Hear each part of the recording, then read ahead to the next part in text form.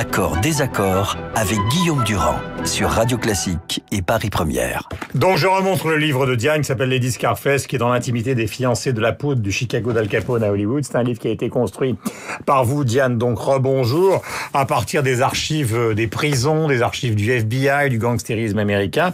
Vous avez même, dites-vous d'ailleurs, interrogé des descendants de ces joyeuses familles, et on trouvera d'ailleurs, pour ceux qui veulent ouvrir le livre, une sorte de récapitulatif à la fin de toutes celles qui ont jalonné l'histoire du gangstérisme américain par leur appartenance justement familiale ou supposée avec les grands gangsters américains, Al Capone, Bugsy Siegel et les autres. Première question que j'évoquais tout à l'heure, c'est vrai que dans la constitution de l'Amérique contemporaine, il y a quand même un lien avec, enfin c'est vrai pour toutes les nations, mais il y a quand même un lien avec le gangstérisme. C'est un peu sérieux, presque universitaire comme question, mais ce lien existe. Oui, totalement. C'est vrai que la naissance du syndicat du crime, il faut rappeler à quelle période on est. C'est vrai qu'en Europe, c'est amusant, ça fait un peu le lien avec ce qui se passait précédemment. À chaque fois que l'on a une période de crise d'immigration plus crise financière, on répond avec des tendances politiques plutôt droitières, voire des fascismes et des politiques dictatoriales qui vont les organiser. Aux États-Unis, c'est à peu près tout l'inverse. On a au début du XXe siècle à peu près la même chose, une très grande crise économique sans précédent, une crise d'immigration galopante. Là, en revanche, ça va être la pègre qui va organiser et gérer toutes les élections et tout le système politique. Et là, vous le décrivez très bien pour un certain nombre, par exemple, d'élections à la mairie de Chicago, le salon de Chicago. C'est-à-dire qu'on voit carrément dans la rue les gangsters et les policiers s'affronter autour des bureaux de vote pour saboter les élections, etc. Ah, c'est Capone, en effet. Il a une manière très particulière et personnelle de pratiquer la démocratie. Il a son candidat qu'il a financé et en effet, il va faire en sorte de le faire élire en le finançant, en organisant des opérations pour effrayer tous ceux qui seraient encore indécis, ouais. Je disais qu'à la fin du livre, on retrouve donc un certain nombre de noms, parce qu'on va parler de ces personnages, Ada et Mina, qui ont donc monté une sorte de one-to-two, c'est-à-dire une sorte de grand bordel américain. Bena Goodman, Margaret Collins, Louise Rolfe, Catherine Kelly, Polly Hamilton, Helen Gillis, Edna Murray, Anna Sage, Virginia Hill, qui a été pendant longtemps donc la compagne de Bugsy Siegel, et puis donc May Capone, donc qui a été la femme d'Al Capone pendant des années. Alors, ce qui est particulier dans cette affaire-là, je sens que Dominique de Montvalon est passionné, c'est qu'en fait, ces deux familles qui sont les Irlandais et les Italiens, qui sont donc à la base, on l'a vu par exemple dans Gangs of New York de Martin Scorsese, ce sont des Irlandais, ce sont des Italiens, et elle est une Irlandaise et lui, Al Capone, est un Italien. C'est vraiment une histoire à la Roméo et Juliette, hein. C'est vraiment Montaigu et Capulet. C'est vrai qu'à l'époque, j'en ai renversé tout mon café. Continuez. Mais oui, je vous vois, vous êtes tellement, je suis très perturbé. Vous êtes tellement ému, merveilleux. on est dans Ils ont à peu près le même âge, hein, d'ailleurs. Elle est un peu plus âgé que lui. Oui, bon, ça va s'arranger d'un point de vue civil. Elle va se sauter une année et puis lui, il va s'en rajouter une ou deux. Impeccable, l'honneur est sauf. C'est vrai qu'épouser en pleine guerre des gangs, en effet, à Chicago comme à New York, une Irlandaise, c'est quand même assez particulier. Ils ont un grand secret tous les deux, c'est qu'ils ont un fils handicapé. Sonny, qui va être sourd. Ils vont se battre pour le sauver. Et May Capone est une sorte de vigie. Elle est un peu sa madone. D'ailleurs, quand Al Capone lui écrit, il lui écrit un peu comme il écrit à Dieu, parce que pour lui, Dieu est une femme, écrit-il dans ses lettres d'Alcatraz. Et c'est une grande histoire d'amour. Ce qui est intéressant, Diane, dans ces femmes de gangsters, c'est qu'il y en a qui finalement rejoignent le camp du vice avec une volupté considérable. C'est par exemple la compagne de Bugsy Siegel et un certain nombre d'autres qui sont des para-hollywoodiennes, en gros, qui n'auraient pas réussi. Quant à elle, c'est un peu, elle fait semblant, en gros, d'ailleurs. Elle, comme la femme du prédécesseur ou du parrain de Capone, ce sont des femmes qui font semblant d'ignorer totalement les activités de leur mari, qui rentrent à la maison le soir, très tranquillement, comme Dominique et moi, et qui ignorent absolument tout ce que font les frères, les gangsters, les tueurs, etc. Elle ignore pas totalement, mais en effet, elles ont une capacité, comme peuvent l'avoir beaucoup de femmes, en effet, à porter des œillères et à véritablement rien voir. Bonsoir mon chéri, as-tu passé une bonne journée? Voilà à peu près tout ce qu'elle concède. Et pour elle, c'est un très bon mari. Il porte un petit tablier rose, il lui cuisine des boulettes de viande. Évidemment, il y a quelques maîtresses, bon, ça passe. Mais dès lors qu'il est en prison, il est si romantique et si amoureux. Ses lettres sont merveilleuses, d'un romantisme exacerbé. Il est même poète, il lui écrit des poésies, il lui dit que son cher papa sera tout elle. Oui, c'est un détail. Pour elle, c'est un détail. Pour d'autres, au contraire, c'est véritablement quelque chose qui va être un moteur pour la vie. Diane, quelle est la signification de tout ça pour vous, puisqu'on a évoqué justement le sens de l'histoire, et ce qui est intéressant justement dans tout ce que vous racontez dans le détail, c'est de voir notamment que cette Madame Capone a survécu à son mari des années, qu'elle a monté une sorte de pizzeria de luxe en Floride, dans la maison d'ailleurs qu'elle avait fait installer, je crois, qui s'appelle Palm... Oui, à Palm Beach, et c'est magnifique, à Palm Island, en effet, à Palm Island, pardon. Et ouais, c'est une vraie propriété elle va se battre d'ailleurs contre le fisc américain pour la garder. Ça va être assez sanglant.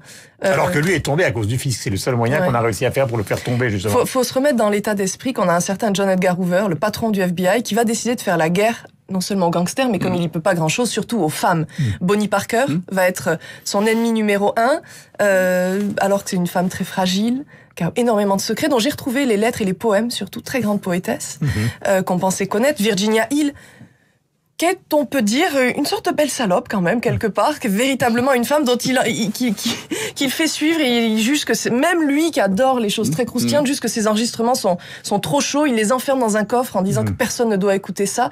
C'est la plaie pour lui de l'Amérique, ce genre de femme-là, et il va essayer en effet d'atteindre non seulement Al Capone, mais surtout Mae Capone, dès lors que l'autre sera inatteignable. On va atteindre les femmes pour pouvoir mieux moraliser l'Amérique. Ce sont elles les grandes responsables. Justement, le grand affaire dans tout ça, parce que c'est aussi le paradoxe, et après Dominique va poser ses questions, on parlera un peu de la situation politique, c'est la construction qui existe sur fond d'immigration et d'histoire qui se construit, au fond du combat entre le vice et la vertu. Alors on a l'impression que c'est un combat qui effectivement inexorablement va du côté de la morale. Or évidemment cette période de la prohibition, enfin, c'est ce que vous défendez un peu comme thèse, c'est que plus on essaye d'instaurer la vertu, plus le vice s'empare de la société et plus le gangstérisme progresse. Oui, c'est vrai. On parlait tout à l'heure des sœurs Ada et Mina Everlade. On les appelle les impératrices du vice. C'est elles qui vont fonder le premier grand bordel de Chicago, qui est un endroit excessivement chic et classe. On y dépense... Il y a des photos d'ailleurs dans le livre. C'est assez magique. On y écoute, avant toute chose intime, on y écoute un pianiste jouer sur un piano doré à la feuille d'or, du répertoire classique et européen. C'est excessivement cher. Toutes les têtes couronnées européennes s'y rendent. Henri de Prusse, je crois. Oui, absolument. Sauf que dès lors qu'on va le fermer, justement par souci de moralisation et d'hygiénisme, eh bien, c'est la naissance du syndicat du crime. Des patrons privés du vice vont organiser tout cela et lancer l'esclavagisme et la pègre. Alors, on trouvera donc beaucoup de détails dans cette affaire. Le livre s'ouvre justement sur une visite de Madame Capone à son mari qui est enfermé et qui d'ailleurs est en train de devenir dingue dans les murs d'Alcatraz. Vous trouverez toutes les grandes familles d'Irlandais, d'Italiens et leurs compagnes. Mais moi, je voulais savoir pourquoi ça vous passionne. Oui, moi aussi. Non, mais parce que c'est passionnant, c'est fascinant, mais d'où vient la jeunesse en dehors du livre. Du succès de Femme de dictateur qui évidemment donne envie d'écrire un livre sur un sujet sulfureux qui est la suite, mais qu'est-ce qui vous passionne dans cette histoire-là? Parce qu'elles sont passionnantes. D'abord, c'est une sorte de... C'est des femmes qui sont un peu des rebelles avant l'heure, un peu des féministes, à une époque où finalement porter un pantalon est un délit, où on n'a pas le droit de vote. Des femmes qui décident d'être autre chose que des épouses ou des mères, d'être homosexuelles si elles le souhaitent, de pratiquer l'amour libre, suivre un homme parce qu'elles l'aiment, et pas parce que il est convenable pour un bon mariage, ne pas avoir d'enfants ou abandonner les siens. Donc c'est des aventurières qui vous disent. Oui, c'est des aventurières. Elles boivent de l'alcool, elles dansent dans des cabarets, elles conduisent, elles fument. Ce sont des femmes très aventurières, et autant ces gangsters choisissent le crime pour le crime, autant elles, il y a un double sens, il y a une sorte de quête de liberté, c'est une course folle, un peu sauvage. Dominique, vous vouliez poser une question dans ce domaine, justement. Non, je voulais connaître effectivement la genèse de ce livre. Ben voilà, c'est quand même fascinant. On est très loin, pour prendre le mot appliqué à autre chose par Manuel Valls, on est très loin de l'angélisme habituel dans le regard qui est porté sur la femme, sur la femme, sur l'amour, et sur l'amour et sur l'histoire avec un grand H. C'est formidable. Alors là, on va mettre une cloison, parce qu'il ne faudrait pas que ce soit interprété comme un glissement de femme de dictateur, femme de gangster, à femme de responsable politique. Mais vous qui suivez justement la vie politique, qui va jouer un rôle essentiel dans la campagne? Parce qu'on a connu le rôle... Quelle femme, vous voulez dire? On a connu le rôle de Madame Chirac auprès de son mari. Qui va jouer un rôle? Ce n'est pas parce que certaines femmes, et on verra ce qu'il en est cette année et l'année prochaine surtout, sont plus discrètes ou moins sur l'avant-scène qu'elles jouent un rôle inférieur.